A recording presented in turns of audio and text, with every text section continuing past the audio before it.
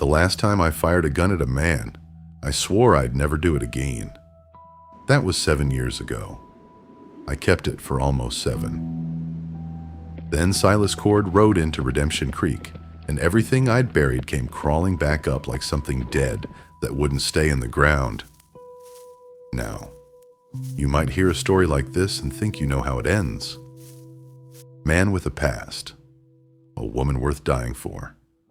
A villain who deserves what's coming. You'd think that. Hell, I thought that too. But it ain't the shooting that keeps me awake. It's the 8 months before the shooting. 8 months of being laughed at. Of being nothing. Of choosing to be nothing. And the one woman in that town who looked at me like she knew I was lying. I arrived in Redemption Creek on a Tuesday. I know it was Tuesday because the weekly supply wagon was pulling out as I limped in, and the driver didn't even slow down to look at me. That's the thing about a man with a bad leg in a town full of proud men. You become invisible, and I needed to be invisible. The bullet Silas put in my right leg 3 years before, it had healed. Mostly. The bone knit back together the way bones do when a man is too stubborn to die. But I'd learned something in the months after, moving from town to town, sleeping light and eating less. A cripple draws no attention. A cripple draws no challenge. A cripple draws laughter. And laughter is the best cover a dangerous man can wear. So I leaned into it. The exaggerated drag of the right foot, the hunch of the shoulder, the way I'd pause at doorways, just long enough for people to see the effort. It was a performance. 7 days a week, every waking hour for 8 months. I rented a cabin at the edge of town, the kind of place nobody else wanted, backed up against a gulch, 2 exits, a clean sightline to the main road. I tied a length of rawhide cord across the back door every night, knee height, so I'd hear it if someone came through in the dark. My Colt Single Action Army. I kept it in a holster worn smooth on the outside, not the inside. Most men wear the leather thin from drawing. Mine was worn from hiding. I paid cash. I asked no questions. I sat with my back against the wall. Always. The town showed me who it was in the first week. His name was Denny. Big man. Soft jaw. The kind of loud that only exists when nothing talks back. He came up behind me outside the saloon on a Thursday afternoon. I heard him. I always hear them. But I let it happen. His hand hit my shoulder, hard, flat, a shove with intent behind it, and I went down into the mud in front of the whole street. My right knee hit first, then my palms. Cold mud, the smell of horse and rain. The laughter came immediately. Not from one person, from everywhere. I lay there for a moment. Just a moment. And I made a decision. I looked up at Denny, not with anger, not with shame, just looked at him. The way you look at a problem you've already solved. Then I got up, wiped my hands on my trousers, picked up my hat, put it back on, and walked away. Denny said something behind me. I didn't hear the words, didn't need to. What I heard was the laughter fading into something more comfortable. Pity. From that day on, I was lame Jack. The whole town agreed on it without a vote. I was the cripple at the edge of town who couldn't even defend himself. That was exactly what I needed them to think. There was one person, though, standing across the street. She didn't laugh. She didn't look away either.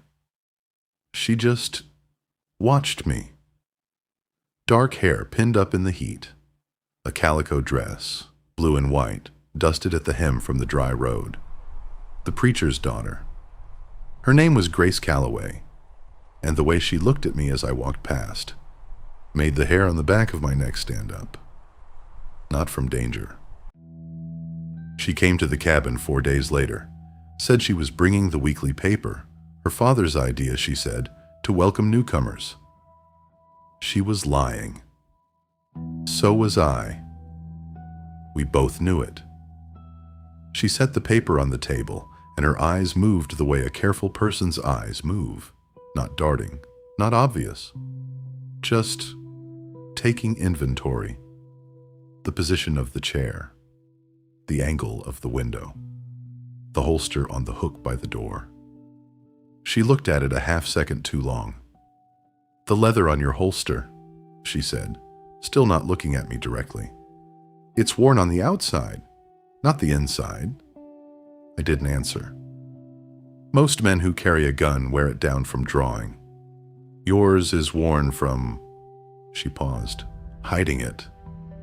The room was very quiet after that. She left without another word, and I stood there for a long time after the door closed, my hand resting on the table, thinking about a woman who read a room the way I did. That was the first problem. She came back, not the next day, but the day after that. And then again. She started with the fence, said her father needed it repaired, said no one in town had the time. What she meant was, she wanted a reason to be there, and I needed to let her believe I didn't know that. We worked in near silence most mornings. She brought coffee, black, no sugar, exactly the way I drank it, though I had never told her. "How did you know?" She didn't look up from where she was working. "You never touched the sugar at the saloon." She'd been watching me before I knew her name. There's a particular kind of discomfort that comes from being read by someone you're trying to stay invisible to. I kept my distance, physically. When she handed me the coffee, I made sure our fingers didn't touch. When she crouched down near me to look at a post, I stood and moved to the other side, deliberate, measured. The fifth morning, she was setting her tools down and I was driving a nail, and she moved close, too close, reaching past me for the hammer she'd left on the rail. Her arm brushed my shoulder. A half-second of contact. Cotton against canvas. I stopped. Didn't move. Didn't breathe. She picked up the hammer and stepped back without acknowledging it. I still felt it. I told myself, she's the preacher's daughter. I told myself, you are a man whose past would drive her out of this territory if she knew it. I kept that distance the same way I kept the rope across my back door. She asked me once, on a Wednesday, without looking up, "Did you always walk like that?" I set the hammer down. "No." She nodded. Didn't ask more. And something about the way she accepted that answer told me she already understood there were things she shouldn't push on. I found the tracks on a Monday morning before sunrise. 4 horses, shod, not the rough trim of working ranch stock, but the close, even shoe of animals kept by men who traveled hard and fast. They'd stopped 30 yards from my cabin, stood long enough to leave settled prints, not passing marks, then moved on. Someone had been watching my window. I studied the tracks the way my father taught me, the way you learn things when growing up means learning to survive. The prints were fresh. The dew hadn't settled into them yet. That meant they'd been here in the last 2 hours. I went back inside, made coffee, sat with my back to the wall, and waited for the town to wake up. Silas Cord walked into Redemption Creek that afternoon. I knew it was him before I saw his face. I knew it from the way the room changed. Conversations lowered. Men straightened. Children moved closer to their mothers. He was around 50. Gray beard, close cropped. A long duster coat the color of old bone. His Winchester 73 rode in a saddle scabbard on the horse behind him. Visible. Deliberate. He didn't come in shooting. He never did. Silas Cord came in the way a banker comes in. Slow, certain, already knowing he owns the room. He sat at the bar, asked the bartender about the town, about the preacher. then quiet enough that only the bartender and I could hear. "I heard there's a cripple living on the edge of town. Lame fella. How long's he been here?" The bartender said 8 months. Silas was quiet a moment. Then, thought so. I was in the corner, still as the chair beneath me. I watched him in the bar mirror the way I'd been trained to watch, without looking, and without tension in my face, and I felt something cold settle behind my sternum. Not fear, recognition. He knew. He didn't know for certain, but he knew enough to come looking. That night he burned the preacher's house. I heard the fire before I saw it. The crackle is different from a hearth. Deeper, faster, with that particular hunger that makes the air move toward it. I was already pulling on my boots when the orange light started pushing through my window. Let me be clear about something. I did not go out there to be a hero. I went out there because I needed to know what I was dealing with. I moved along the back of the buildings, staying in the shadow of the gulch side where the firelight didn't reach, and I counted. 4 men. Silas in the center of the square. 2 at the north end of the street. 1 outside the saloon, keeping the preacher inside. And 1 standing at the post in the middle of the square where they'd tied Grace. Her wrists were bound above her head, arms stretched to the crossbeam of the hitching rail. She was standing, straight, not fighting, not crying, just standing, with her eyes moving the way mine were, reading the square, reading the men, reading the distances.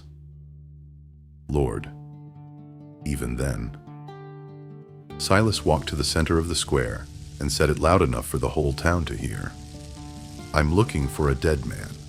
Somebody in this town knows where he is. The girl stays tied till morning, unless he walks out."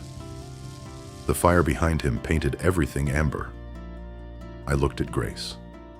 The rope at her wrists was a single line, tied to the rail, 6 inches of slack. I looked at the fire. The burning wall of the preacher's house was throwing light across the square, uneven, shifting.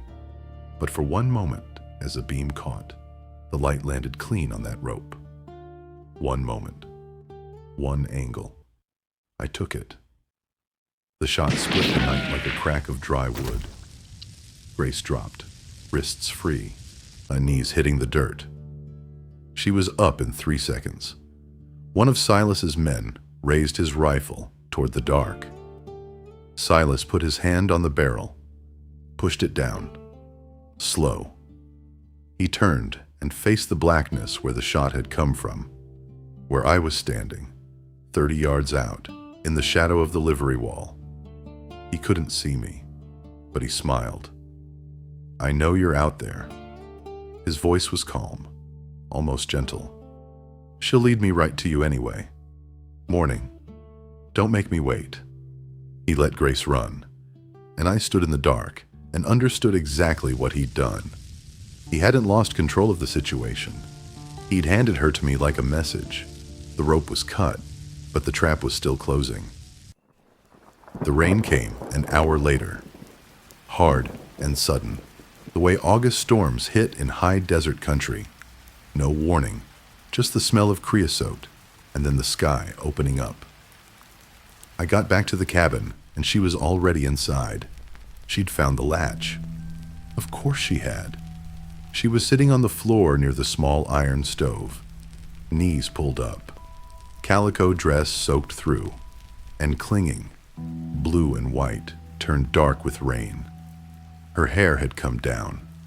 It fell past her shoulders in wet ropes, and in the low light of the stove, it was the color of river clay. She looked up when I came in.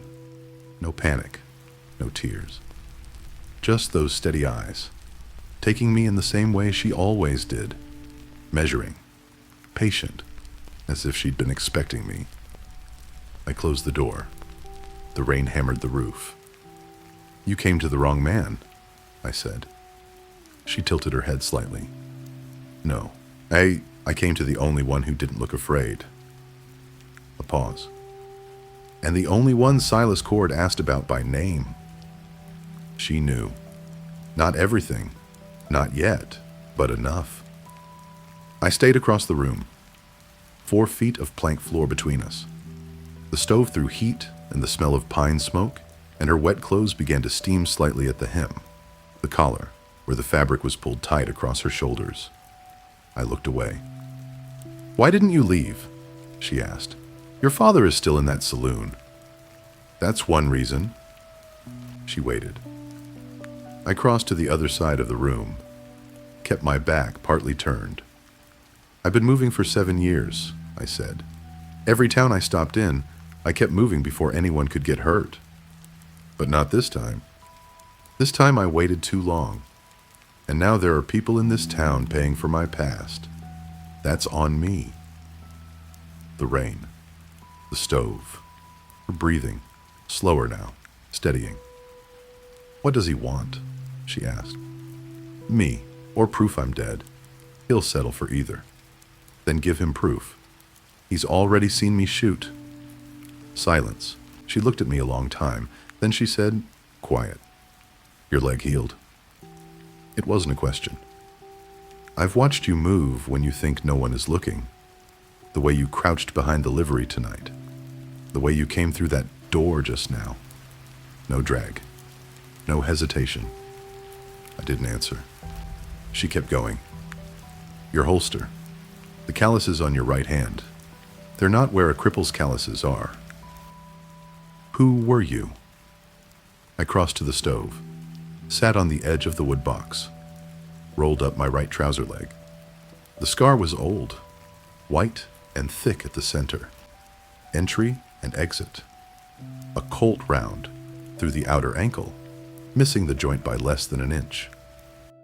7 years ago, Silas Cord ran the most efficient killing operation between Texas and Arizona. I was part of it. A long pause. "Not as a victim." She didn't flinch. "The night I left, he found out before I got far. He put a bullet in my leg. I went down in the gulch. He thought I was dead. But you healed. Mostly. Then why? First week I was here, Denny knocked me into the mud. The whole town laughed. And just like that, I became invisible. Nobody watches a cripple. Nobody challenges a cripple. Nobody sends men after a cripple. So you chose to stay lame. I chose to stay alive. A beat. Every step that hurt reminded me what I was running from. I figured that was fair." She was quiet for a moment. Then she stood up. She was taller than I'd remembered, upright like that. Or maybe it was just the way she held herself. She crossed the room toward me, and I didn't move, which was already a mistake. She stopped close. Too close. Close enough that I could see where the rain had left a track along her jaw, down the curve of her throat, disappearing beneath the collar of her dress. Her eyes hadn't left mine. "My father built this town," she said. "I'm not going to watch it burn because I was too proud to ask for help from the right man." Her voice was steady, but her breath was not. I stood up, slow. We were the same height, nearly, her eyes level with my chin, and when I stood, I had to move, or we would have been. I stepped back, 1 step, put a foot of air between us. "Tell me what you need from me," she said, and I made myself breathe. "Tell me everything. The layout, how many men, every door, every window, and when your father is taken out, what's the secondary exit from the saloon?" She told me. We sat across from each other at the small table, the storm between us outside, the stove between us inside, and she laid out that saloon like she'd drawn the blueprint herself. She probably had, in her mind, long before tonight. I checked my Colt in the hour before first light. Cylinder clean. Action smooth. 6 rounds. No empty chamber. A careless man leaves the first chamber empty for safety. I was not a careless man. Grace had told me the night guard changed at 4 o'clock. The man who came on was younger, green, nervous, the kind who watched the street instead of the room. That was her window.